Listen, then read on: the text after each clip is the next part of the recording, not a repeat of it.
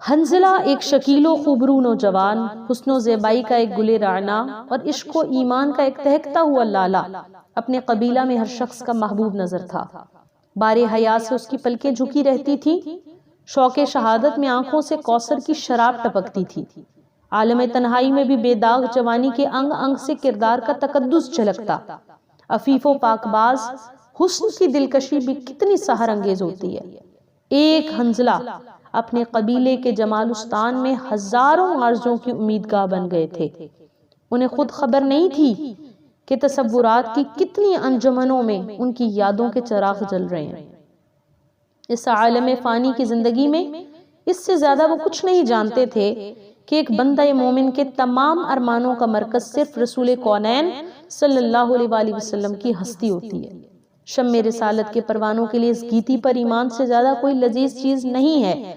میکدہ عرفان کا بادہ نوش حسن و شراب کی سرمستیوں پر تھوکنا بھی اپنی بے نیازیوں کی توہین سمجھتا ہے۔ یہی وہ لافانی تصورات تھے جن کی لہروں میں حضرت حنظلہ رضی اللہ تعالیٰ عنہ کی زندگی شرابور رہا کرتی تھی۔ اسی رنگ و نور کے پاکیزہ ماحول میں حضرت حنظلہ رضی اللہ تعالیٰ عنہ نہ کے دن گزرتے گئے، عمر کا کارواں آگے بڑھتا گیا، یہاں تک کہ جب ان کے حسن و شباب کا خط نصف النہار پر پہنچ گیا تو ماں نے ایک دن بیٹے کے سامنے اس آرزو شوق کا اظہار کر دیا کہ میرے بیٹے، میرے ارمانوں کے شگفتہ پھول، تمہاری شادی کے لیے قبیلے کے ممتاز گھرانوں سے بہت سارے پیغامات آ رہے ہیں، مجھے اجازت دو کوئی مناسب پیغام منظور کر لوں۔ بیٹے نے ماں کے قدموں کا بوسہ لیتے ہوئے جواب دیا کہ ماں، میری زندگی کو اسیر شوق بنانے کے لیے وہی زنجیر کافی ہے جس کا نام اسلام ہے۔ اب دل کا کوئی گوشہ التفاب غیر کے لیے خالی نہیں ہے۔ چراغ قدس کے پروانے کو اسی شبستان میں رہنے دو جہاں دونوں جہاں کی فراغت نصیب ہے۔ بے نیام تلواروں اور لالا کی طرح سرخ میدانوں سے زندگی کی رفاقت کا عہد کرنے والوں کو اب اور کسی پیمانے وفا کی طرف مت لے جاؤ۔ شہنشاہ کونین صلی اللہ علیہ وآلہ وسلم کا منادی کب آواز دے دے کسی کو کیا معلوم ہے۔ ایک کفن بردوش مجاہد کو ہر وقت گوش برا آواز رہنا چاہیے۔ ماں نے چہرے کی بلائیں لیتے ہوئے کہا، لیکن بیٹا، رشتہ ازدواج بھی تو اسی شہنشاہ کونین کی سنت ہے جس کے حکم پر گوش بر آواز رہنے کے لیے تم زندگی کی فراغت چاہتے ہو۔ شاید تمہیں اس کی خبر نہ ہو کہ تمہارے اسی موسم حیات کی بہار دیکھنے کے لیے میں نے کتنی صعوبتوں کو مسکراتے ہوئے جھیلا ہے، اور کتنے ہی آلام کی بھٹی میں سلک سلک کر میں نے اپنی محبوب امیدوں کو مرنے سے بچایا ہے۔ اپنی زندگی کی فصل بہار پر میرے مقدس سرمانوں کا کچھ بھی حق تمہیں تسلیم ہو تو مجھے اجازت دے دو، میں تمہاری پیشانی پر مسرت و شادمانی کا ایک مہکتا ہوا چمن آباد کروں۔ فیروز مند بیٹے نے سپردگی کے انداز میں سر جھکاتے ہوئے کہا کہ اب میرے اندر مزید انکار کی جرت باقی نہیں ہے، لہٰذا میری طرف سے اجازت ہے۔ چند ہی دنوں کے بعد قبیلے کے ایک معزز گھرانے کا رشتہ منظور کر لیا گیا۔ حنظلہ جیسے شکیل و خوبرو نوجوان کو پانے کے لیے جہاں بہت سے ارمانوں کا خون ہوا، وہاں ایک آرزو پروان بھی چڑھی، اور قبیلہ کی سب سے حسین و جمیل دوشیزہ حضرت حنظلہ رضی اللہ تعالیٰ عنہ کے لیے منتخب کر لی گئی۔ آج شادی کی پہلی رات تھی۔ ایک نئے عالم میں داخل ہونے جا رہے تھے۔ پہلی بار ایک پارسا نوجوان کی نگاہیں حسن و زیبائی کی نکھری ہوئی چاندنی میں خیرہ ہو کے رہ گئی تھیں۔ ہر طرف ارمانوں کے ہجوم کا پہرا لگا ہوا تھا۔ دو عفت معاب روحوں کی ملاقات کا عالم کیا ہوگا یہ کون بتائے؟ البتہ تاریخ کے حوالہ سے اتنا ضرور سراغ مل سکا کہ رات بھیگ جانے کے بعد پس دیوار اچانک کسی منادی کی آواز فضا میں گونجی اور حضرت حنظلہ رضی اللہ تعالیٰ عنہ چونک اٹھے۔ نشاط و طرب کے شوق انگیز لمحوں کا تسلسل ٹوٹ گیا، چہرے پر ایک گہرے تجسس کا نشان ابھرا اور شدت اضطراب کے عالم میں کھڑے ہو گئے۔ دیوار سے کان لگا کر اعلان کے الفاظ کو دوبارہ غور سے سنا۔ دربار رسالت معاب صلی اللہ علیہ وآلہ وسلم کا منادی آواز دے رہا تھا کہ کفر کی یلغار اسلام کی فصیل کی طرف بڑھتی آ رہی ہے۔ ناموس حق کے پروانے بغیر کسی لمحہ انتظار کے رسالت کی سرکار میں حاضر ہو جائیں۔ مجاہدین اسلام کا صف شکن قافلہ تیار کھڑا ہے، سپیدہ سحر کی نمود سے پہلے میدان جنگ کی طرف روانہ ہو جائے گا۔ اعلان کے الفاظ جیسے ہی حنظلہ کے سینے میں ترازو ہو گئے۔ اب حضرت حنظلہ رضی اللہ تعالی عنہ اپنے آپ میں نہیں تھے، جذبات کے تلاطم کا عالم قابو سے باہر ہوتا جا رہا تھا۔ فرض نے انہیں مشکلات کے گھنے اندھیرے سے پکارا تھا۔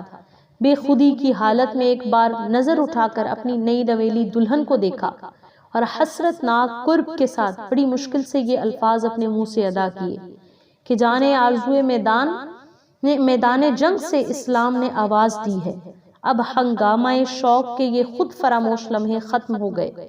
اجازت دو کہ مجاہدین کی اس قطار میں بڑھ کر شامل ہو جاؤں جو رسالت کی سرکار میں کھڑی ہے۔ زندگی نے وفا کی اور مارکہ کارزار سے بخیر و سلامت واپس لوٹا تو پھر تمہاری زلفوں کی مہکتی ہوئی رات کا خیر مقدم کروں گا، اور اگر خوش بختی سے میری زندگی کام آ گئی اور میرے جگر کا خون اسلام کی بنیاد میں جذب ہو گیا تو پھر قیامت کے دن شہیدان وفا کی صفوں میں تمہیں کہیں نہ کہیں ضرور ملوں گا۔ اچھا اب اجازت دو، وقت بہت نازک ہے۔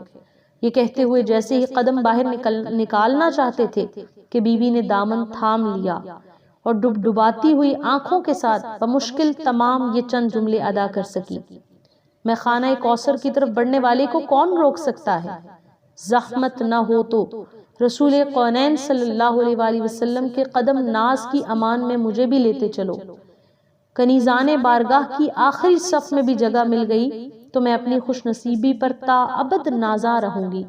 حضرت حنظلہ رضی اللہ تعالیٰ عنہ نے 2 لفظوں میں جواب دیا: سرمدی اعزاز کے استحقاق کے لیے تمہاری یہی قربانی کیا کم ہے کہ تم نے بھرپور بشاشت کے ساتھ عیش و نشاط کے ان دل فریب لمحوں کو اسلام کی ضرورت پر نثار کر دیا ہے۔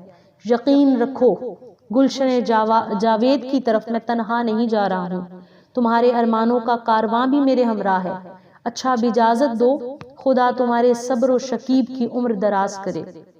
یہ کہتے ہوئے حضرت حنظلہ رضی اللہ تعالیٰ عنہ گھر سے باہر نکل پڑے۔ جب تک نظر آتے رہے عقیدت بھری نگاہ اٹھتے ہوئے قدموں کا بوسہ دیتی رہی۔ رات کے پچھلے پہر جانثاروں کا لشکر دعاؤں کے ہجوم میں مارکہ کارزار کی طرف روانہ ہو گیا۔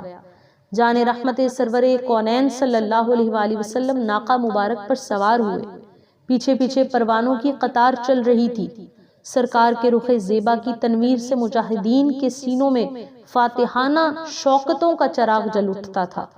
میدان جنگ میں پہنچ کر سرفروشان اسلام کی صفیں آراستہ ہو گئیں۔ کفار کے لشکر نے بھی اپنا مورچہ سنبھال لیا اور دوسرے دن صبح کے وقت طبل جنگ بجتے ہی گھمسان کی لڑائی شروع ہو گئی۔ حضرت حنظلہ رضی اللہ تعالیٰ عنہ کو لوگوں نے دیکھا کہ وہ بپھرے ہوئے شیر کی طرح دشمن کی صفوں پر ٹوٹ پڑے تھے۔ ان کے ہاتھ کی تلوار بجلی کا شرارہ معلوم ہو رہی تھی۔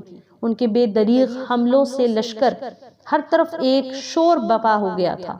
حضرت حنظلہ رضی اللہ تعالیٰ عنہ کی پیاسی روح چشمہ کوثر کی طرف نہایت تیزی سے بڑھ رہی تھی۔ عالم جاوید سے اب چند ہی قدم کا فاصلہ رہ گیا تھا اور زہر میں بجھا ہوا ایک تیر ان کے جگر میں آ کر پیوست ہو گیا۔ لہو کے اڑتے ہوئے فوارے سے سارا پیرہن رنگین ہو کے رہ گیا۔ جب تک رگوں میں خون کا ایک قطرہ بھی باقی تھا، کلمہ حق کی سر بلندی کے لیے فولاد کی دیوار بن کر کھڑے رہے۔ جب رگوں کی آگ بجھ گئی تو گھائل ہو کر زمین پر گر پڑے اور چند ہی لمحے بعد روح عالم بالا کو پرواز کر گئی۔ دوپہر ڈھلتے ڈھلتے کفار میدان جنگ چھوڑ کر بھاگ گئے۔ مسلمانوں کو کھلی ہوئی فتح نصیب ہوئی۔ جنگ ختم ہو جانے کے بعد جب زخمیوں کو اکٹھا کیا گیا اور شہیدوں کی لاشیں جمع کی گئیں تو حضرت حنظلہ رضی اللہ تعالیٰ عنہ کی تلاش شروع ہوئی۔ ان کی گمشدگی پر سارے لشکر کو حیرت تھی۔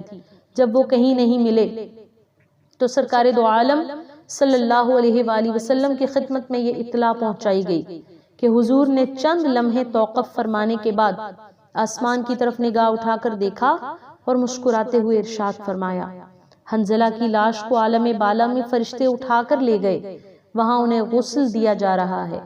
تھوڑی دیر کے بعد حضرت حنظلہ رضی اللہ تعالی عنہ کی لاش سامنے موجود تھی، بال بھیگے ہوئے تھے، خون آلود پیراہن سے پانی کا قطرہ ٹپک رہا تھا۔ مدینہ پہنچ کر جب گھر والوں نے ان کے حالات دریافت کیے تو معلوم ہوا کہ رات کو گھر سے چلتے وقت ان پر غسل جنابت فرض ہو چکا تھا۔ اضطراب شوق نے فرض اتارنے کی بھی ان کو مہلت نہیں دی۔ غسل جنابت کا وہ فریضہ عالم بالا میں فرشتوں کے ذریعے اتارا گیا۔ اسی دن سے حضرت حنظلہ رضی اللہ تعالی عنہ کا لقب بارگاہ رسالت صلی اللہ علیہ وآلہ وسلم سے غسل ملائکہ قرار پایا۔